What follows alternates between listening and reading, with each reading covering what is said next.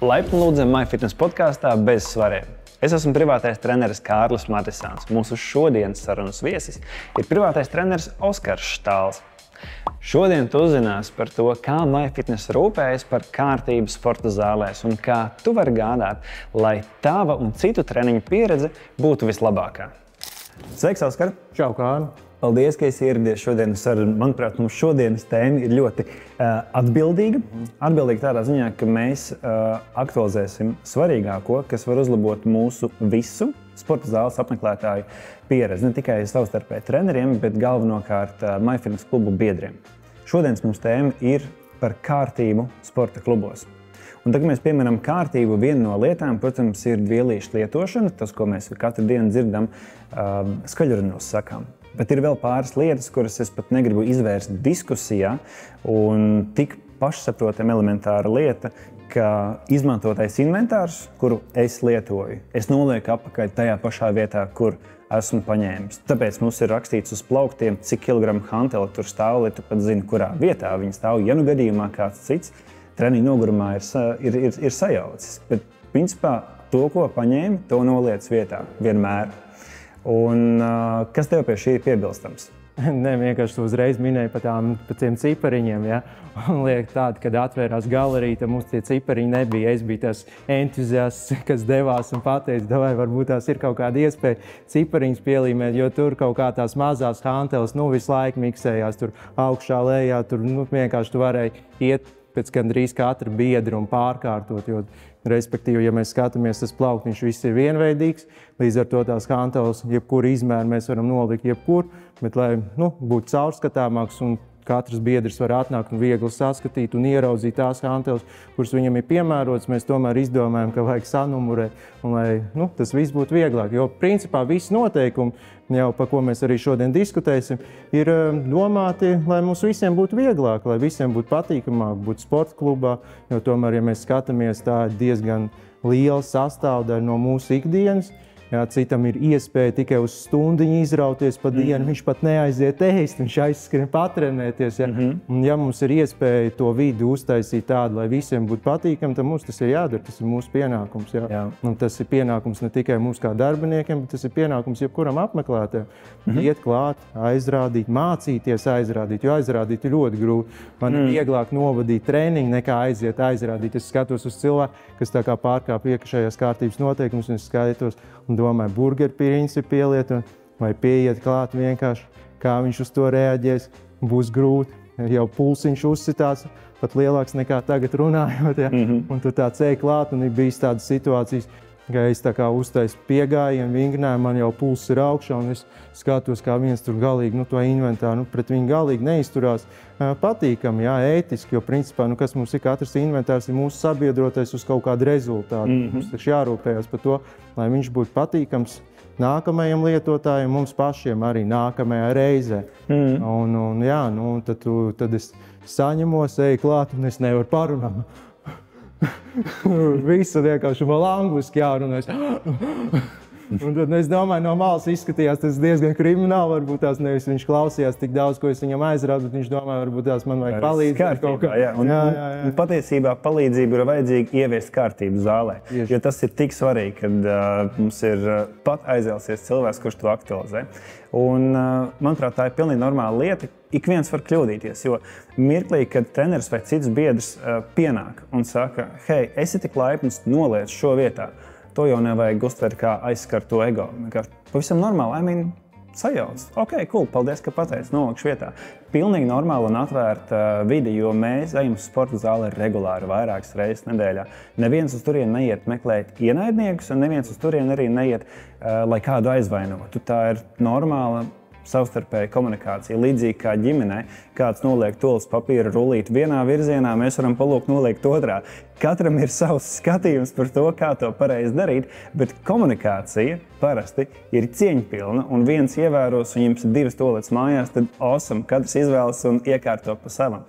taču sporta klubs mums ir kopīga sabiedriska telpa. Un sabiedriska telpa nozīmē, ka tas ir koplietošanai. Tāpēc uzturam tādā kārtībā, tā kā sporta kluba izveidotāji to ir dizainējuši. Tāpēc mums ir marķējumi, kur mēs liekam konkrētas svaru ripas, un mums ir konkrēta zona, kur mēs pakarinam gumijas pie sienas, nevis atstājam pie citām lietām. Un tāpēc gan treneriem, gan biedriem ir vienlīdzīgas iespējas rūpēties par to. Tas aiztaupa gan laiku, nemeklējot inventāru, un ir vienkārši patīkami atrasties sakārtotā vidē. Ik viens no psihologiem var apstiprināt, ka vispirms, ja tu vēlies sakārtot savu prātu, tev ir jāsakārto arī sava māja. Tāpēc pirmais, ko tu dari, tu sakārto māju, un tad mājās var organizēt pārējās lietas, tā skaitā savu prātu. Un es ticu, ka tieši tāpatās ir arī sporta klubā. Nevelti MyFitnessā mums ir ļoti augsts kārtības standarts, jo patiesībā no tā ieguvēji ir visi lietotāji. Vēl jau jāpiemina tas, ka tā daudzveidība, inventāra daudzveidība, ja? Jo arī jāsaprot tas, kā cilvēki izturās pret to inventāru, tā viņš var arī pazust. Jā, jo žēl, vai arī pareizi, tas ir tas, ka inventārs arī pazūd no zāles. Kurš netiek lietots, kurš visu laiku tiek mētāts, viņš pazūd, viņa vairs nav. Jā, es pat vienreiz biju izdomājis, gāju, meklēju sev atsaucīgos cilvēkus, kas varētu kaut ko tādu tālāk pasviest un varbūt īstenot diena bez palīga inventāra. Jā, respektīvi, cilvēki atnāk uz trenažieru zāli un nav.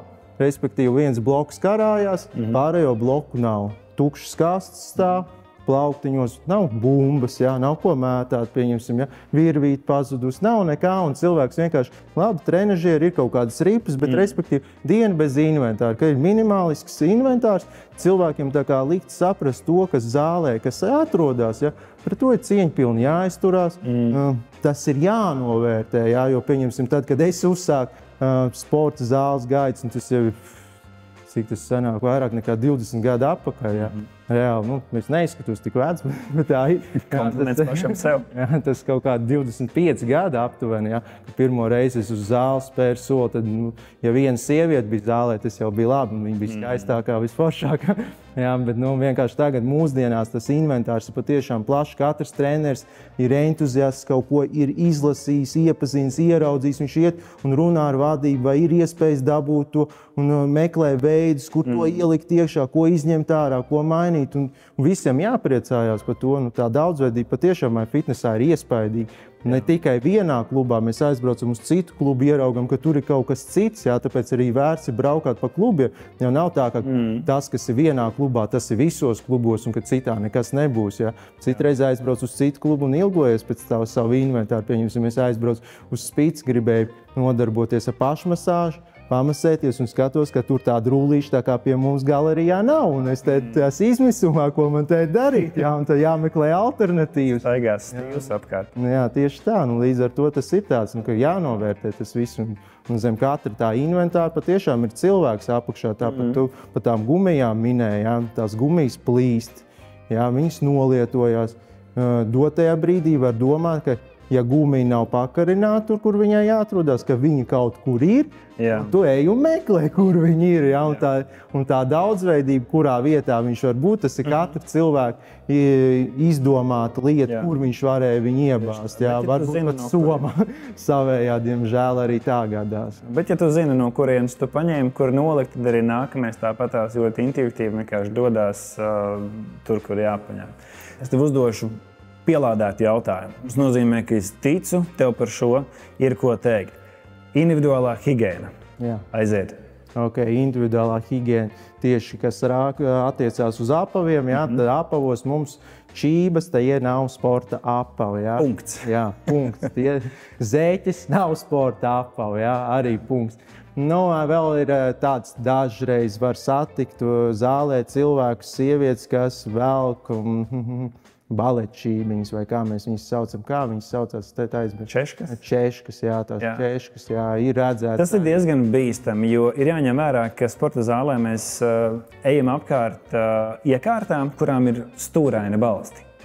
Un, manuprāt, lielākais risks ir ļoti nepatīkami sasist pēdas. Tāpēc ir nepieciešami slēgti apavi. Slēgti apavi tie, kas vienkārši pirmkārt jau gādā par pašu cilvēku drošību, un otrs ir šis higienas jautājums, jo mums nav nepieciešamība demonstrēt savas pēdas citiem. Manuprāt, apavu izvēlē var ļoti labi arī palīdzēt tieši konsultēties vispār ar treneriem, jo es ticu, ka tu noteikti vari klientam rekomendēt kādus apavus viņam izvēlēties, jo tu līdzīgi kā mēs cilvēkiem strādājam, mēs zinām gan atsauksmes par apaviem, kuram kas ir paticis, kādam kaut kas tur bija šaurs, citam nepatika tur šņorītas, vai kuriem apaviem savukārt ir lielāka stabilitāte, kas sporta zālē ir diezgan aktuāli.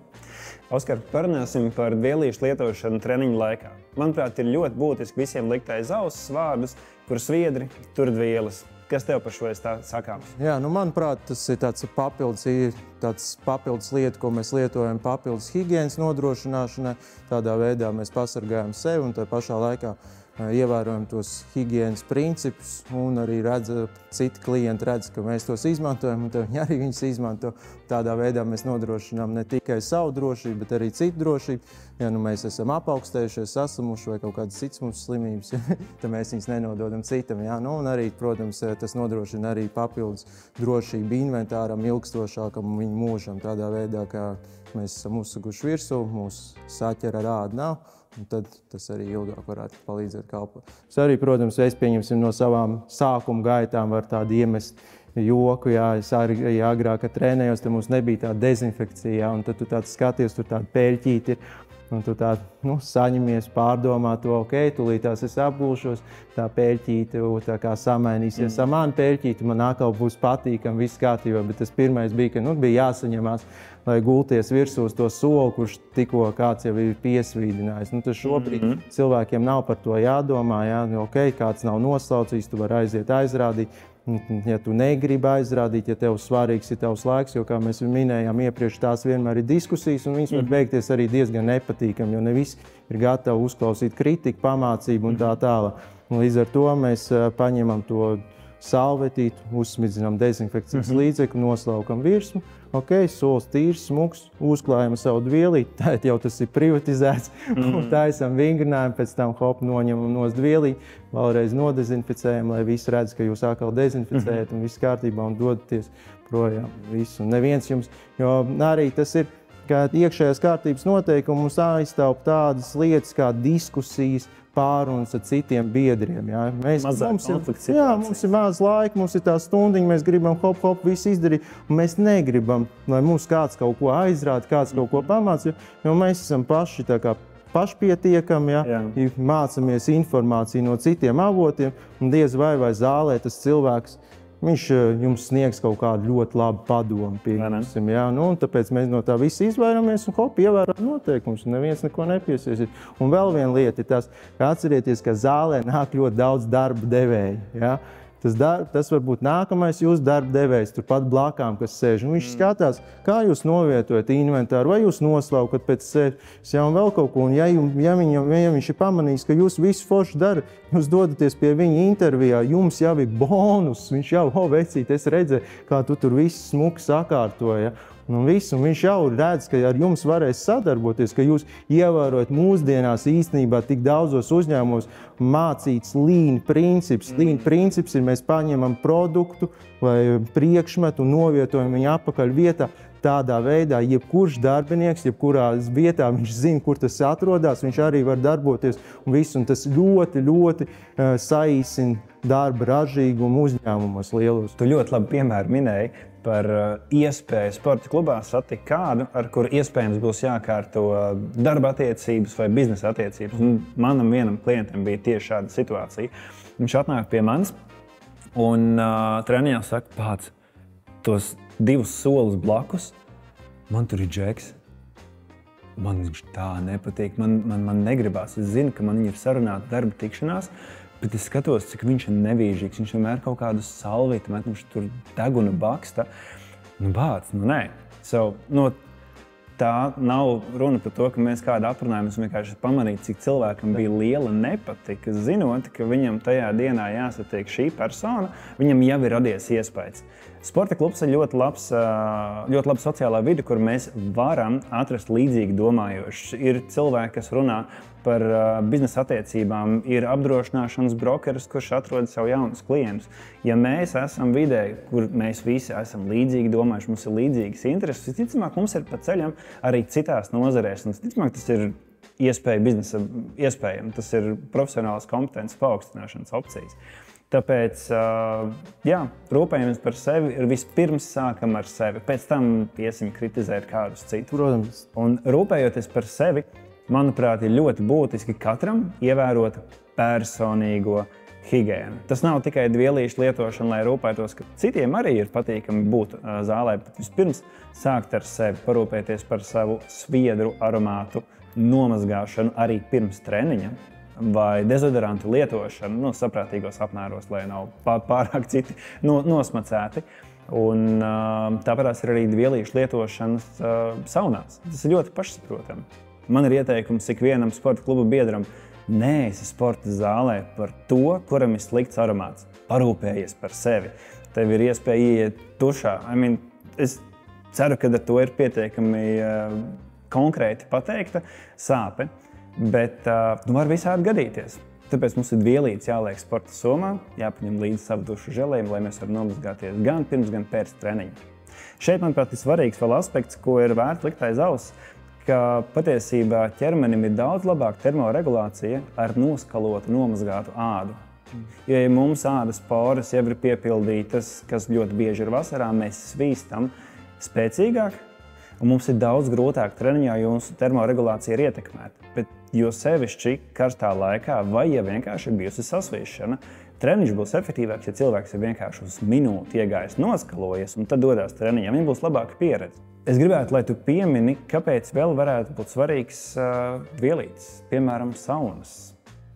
Saunas dvielītes atkal mēs varam runāt par to, ka tas tā kā jāsaprot, uz tiem dēlīšiem ir daudz cilvēku sēdējuši, ja mēs uzliekam savu dvielīti, uz tā esam sēdējuši tikai mēs. Līdz ar to mums nav jāmainās ar sviedriem. Ja ir mūsu sviedri uz mūsu dvielīšu, mēs pēc tam izējām ārā, viss nākal tieši tāpatās kā solis, tikai soli mēs varam notīrīt, mēs viņu varam nodezinficēt, dēlīšu mēs neiesim tur ar lupatiņu, neslaucīsim, pēc tam neiesim ārā. Un tieši tāpatās arī tā ir cieņa, ko mēs izrādām nākamajam apmeklētājam. Nākamais apmeklētājs, viņš dodās iekšā, tur ir viss savs, patīkams, viņam nav jāievelk dziļa elpa, jāsaņemās, es tagad sēdīšos. Būs jau labi, būs labi, es nomazgāšos pēc tam. Lai ieiet saunās, vispirms jāiet cauri dušas telpai, un vēl šāds izkārtojums ir radīts, lai vispirms ieietu dušās, noskalotos un tīrs, nevis ar nepatīkamu aromātu un netīrumiem, dotos saunā vēl vairāk to piepildīt, jo dušas telpā mums ūdens aizskalo kanalizācijā, taču no saunas dēlīšiem nekur nav iespējams aizskalot, tikai dienas beigās noskalot. Bet mēs varam parūpēties par savu higiēnu, iekšā dušā dodoties, vispirms nomazgāties un tad paņemt līdzi dvielīti, līdzi saunā.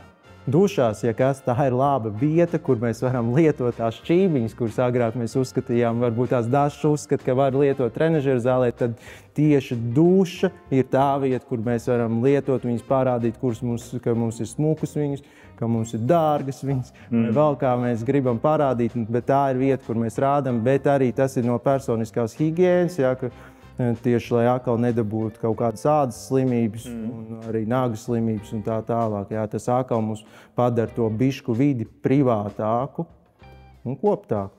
Arī jāskatās ir tas, ka, pieņemsim, es esmu pats pamanījis to, ka, ja mēs ejam dušā un tur diezgan netīra grīda ir, varbūt to arī saskaries ar to. Tie puteklīši no zeķiem, tad tas ir pārsvarā no cilvēkiem, kur iet ap plikām kājām. Viņi, kamēr aiziet līdz dušai, viņi vēl salas viņus pa ceļam, un tad viņi ieiet dušā un tad hop, un ir bijušas situācijas, ka es pat uzslaucījis grīdu un hop viens ieiet iekšā un no tā viena cilvēka jau pēdas riktīgi var redzēt. Ar čībām tā nav. Bet to ir patīkami redzēt, kad arī biedri lietojot dušas telpu paši ievērot, ka tā grīda, ja tomēr ir ar tiem putekļiem sakrājušies. Nevēl mums dušas telpā ir tā gumijas slotiņa, ar kuru var aizslaucīt projām, jo es savus zeķu putekļus nenodošu nevienam, es tos paturēšu sev, bet es arī negribu ņemt līdzi citu putekļus sev. Tāpēc dušas šķībiņas ir prasība. Jā, un tās dušas slotas izmantošana, tas ir pilnīgi normāli, pašsaprotama lieta. Jā, mums ir laiks vairāk, jā. Mēs redzam, ka ir netīrs, mēs to izdarām, un viss tas nenozīmē. Un arī mēs izvairīsimies no tā, ka ir cilvēki, kuriem ne īpaši patīk, ka apkopēji ienāk iekšā vai slotas operatori, kā mūsdienās tur jāsaka pareizi. Respektīvi, ka viņi ienāk iekšā tajā dušas telpā, tad mēs varam izvairīties no tās apkopjot paši to visu. Es ceru, ka sarunas laikā mēs beidzot būsim tikuši laukā no drēbēm un dušām, un mēs varam pievērsties par to, kā patiesībā mēs varam uzlabot savu treniņu efektivitāti un nenokaitināt citus, jo, diemžēl, citiem cilvēkiem ir redzams, ja es sēžu trenižierī, daru neko un bakstu telefonu ilgi. Laiks paskriet nemanot tādā brīdī. Jā, es domāju, ka ļoti daudz saskarās ir tie rīta cilvēki, kuriem jau grūti bija saņemties atnākt uz zāli, un tad viņi sēž trenažieros parasti. Tas ir, un viņi aizņem to trenažieru ilgstoši. Tāpēc aicināsim būt godīgiem pašiem pret sevi un savu laiku izmantot efektīvi, jo skaidrs, ka mobilo telefonu sporta zālē var izmantot. Tur var būt treniņu aplikācijas, tur var būt treniņu pieraksti, tur var būt informācija, tur var būt darbs, darba e-pasti, bet vispirms nospraužam veselīgas robežas pašiem ar sevi, jo saglabāt savu ķermeņa temperatūru darba temperatūrā un ievērot treniņa dinamiku ir ļoti būtisks faktors. Jums būs labāka pieredze, jūs variet iespējams būt efektīvāki īsākā laikā, izdarīt darāmo un pēc tam doties tālāk dzīvē. Citādi telefons, kā mēs zinām, ikvienam var būt negatīvais ieradums un vienkārši kas nozog mūsu laiku un principā daļu no dzīves.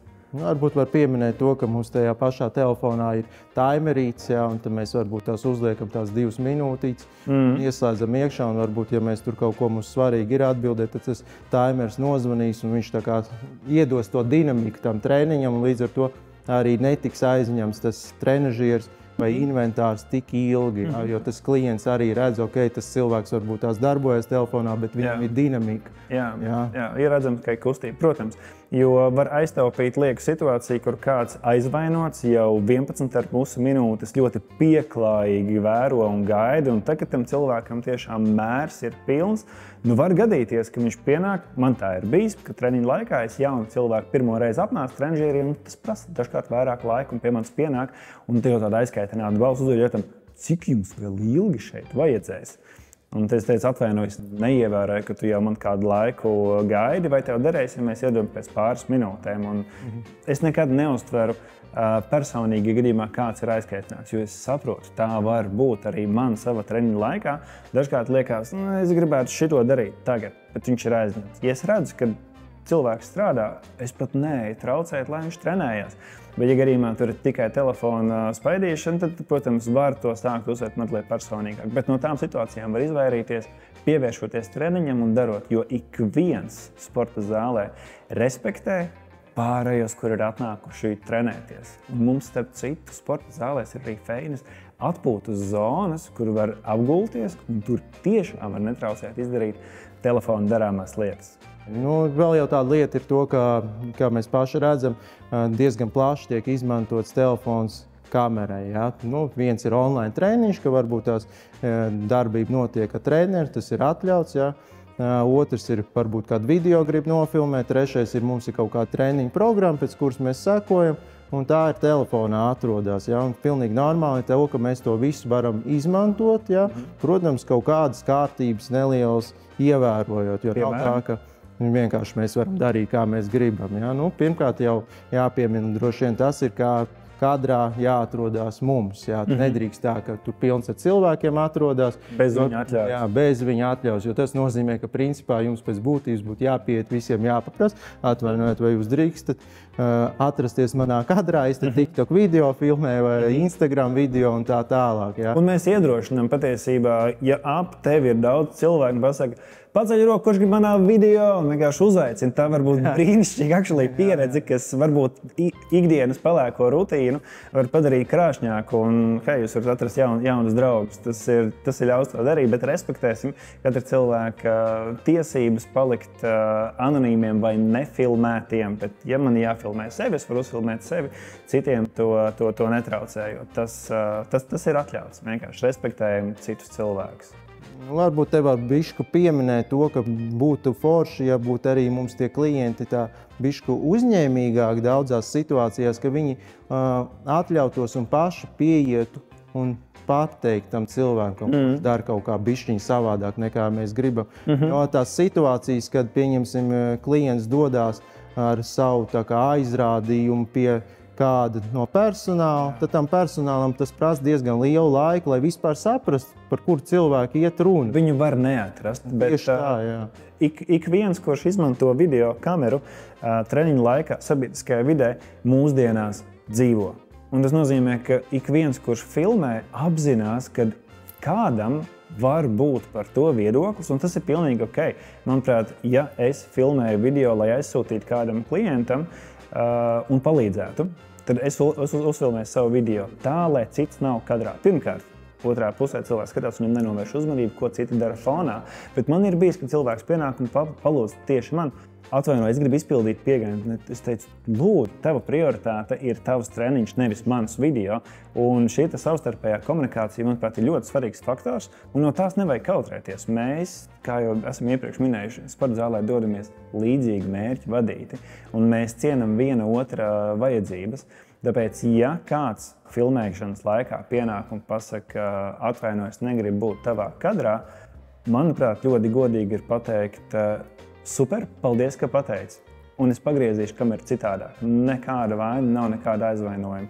Un situācija ir atrisināta, viņai nav jāeskalē vairāk. Jo tad uzreiz ir zināms, kurai personai nepatīk būt manas kameras tuvumā un kurš par to ir drosmīgs runāt. To uz sarunu vienmēr vajag aicināt tik vienu. Jā, kā es iepriekš arī minēju, tas ir treniņš, ja? Mēs pieejam cilvēkam aizrādīt.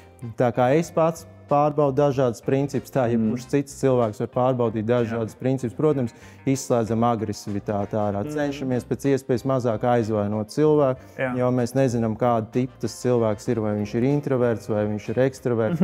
Es tik vienam biedram arī vēlos aicināt ievērot elementāru komunikāciju. Tas nozīmē, ka mēs varam runāt ar citiem biedriem. Mēs varam pieiet un uzdot jautājumu, hei, kā tev šodien iet? Jo var gadīties, ka kādam cilvēkam tā vienkārši ir ļoti nogurdinoša nedēļa, un viņam vienkārši gribēsies būt uzklausītam. Jo tieši tāpēc arī man kādreiz var gadīties, kad es gribētu būt uzklausīt, bet es neiešu nevienam uzbāzties. Bet tas nenozīmē, ka mēs nedrīkstam runāt. Mēs varam uzdot jautājumu. Tāpēc komunikācija sporta zāles apmeklētāji, ja biedru vidū, ja jautājums sākas ar vai, tā ir ļoti vienkārša komunikācija. Jo uz jautājumu, kas sākas ar vai, atbildi ir jā, vai nē? Un šādus jautājumus, manuprāt, ikvienam var uzdot jebkurā brīdī, ja tam cilvēkam nav aizņemtas rokas ar kaut ko, piemēram. Vai es varu tev paiet garām? Jā, nē, lūdzu. Abi varianti ir vienlīdz labi. Es esmu gatavs, ka man apstiprinās, vai es esmu gatavs būt noraidīts un tur nevajadzētu būt aizvainotam. Jā, tu ļoti labi pieminēji, varbūt tādu bišķi iestarpināt var to, ka tomēr jāskatās arī līdzi, kurā brīdī mēs to jautājam, lai nav tā, ka cilvēks izpilda piegājienu, viņam jau tā grūti ir, un jūs nākat un uzdodat jautājumu. Cik set uz tev? Jā, vai tu vari pabīdīties malā, jā. Tā, respektīvi, arī tomēr ir jānovērtē tā situācija. Pagaidām pāris sekundes, esam iecietīgi, arī tās pašas hanteles inventāri novietojot, redzam, ka cilvēks izpilda vingrinājumu, nemēģinām viņam tad piegājienu laikā iespraukties garām un tur nolikt tās hantelītes vai stienīt vai vēl kaut ko. Pastāvam, pagaidām. Varbūt viņš tāpatās, kā mēs braucot ar mašīnu, parādam paldies, jā, kaut gan tā nevar rādīt, bet mēs to daram un tas strādā, mums ir patīkam, ka pasaka paldies, jā, ka cilvēks novērtē priekšā braucošais šofers, autovadītājs, viņš novērtē to, ka jūs palīdzējāt viņam šajā situācijā. Un tā arī var būt tā, ka tas cilvēks viņš novērtē to, ka jūs ar tām hantelēm stāvat blakā un gaidat, ka viņš pabeigs. iegājienu. Oskar, rūpējoties par visforšāko treniņa pieredzi katru dienu, katru nedēļu, kā izskatās soli pa solim, lai man ikdiena treniņā būtu fantastiska? Okay, jāsaka jau droši vien ar to, ka mēs atnākam uz trenažeru zāli. Pirmā mūsu lieta ir reģistrēt savu treniņu. Ja tas ir parastais treniņš, tad mēs spiežam sporta zāli, ok. Ja nē, tad mēs vēl atzīmējam grupu nodarbības, kur mēs dodamies un tējam cauri. Un tad, protams, viss notiek garderobē. Garderobē mēs pārģērbjamies, sagatavojam dvielīti, uzvalkam sporta apavus, ja, un dodamies jau uz sporta zāli. Sporta zālē jau mēs atkarībā no tā, vai mēs ejam uz grupu nodarbību vai vienkārši pats individuāli trenējamies. Ja, tad mēs, protams, ievērojam atkal visas higienas prasības, vielīšu lietošanu, dezinfekciju un, protams, inventāru nolikšanu vietā. Un tad jau pēc treniņa, lai treniņš mums būtu vēl tīkamāks, vēl patīkamāks, mēs dodamies uz superīgo saunu. Saunā mēs atkal izmantojam dvielīti un atceramies vēl paņem dušu šķībiņas, lai tur varētu viņas izmantot un rūpēties atkal par savu higienu, par savu drošību. Visā tajā kopumā mums jābūt pozitīviem, atsaucīgiem un nest prieku visiem, gan sev, gan arī citiem. Tieši tā, un mēs varam priecāties par to, ka arī visi cilvēki apkārt mums ievēro tieši tās pašas labās prakses, un galu galā tā ir vieta, kur mēs pavadām gana daudz daļa no savas dzīves. Tāpēc ir forši būt ar cilvēkiem, kuri praktizē to pašu, un mēs viņiem rādām to pozitīvo piemēru. Tieši tā. Oskar, liels paldies, ka ieradies uz sarunu. Paldies, ka uzaicināji.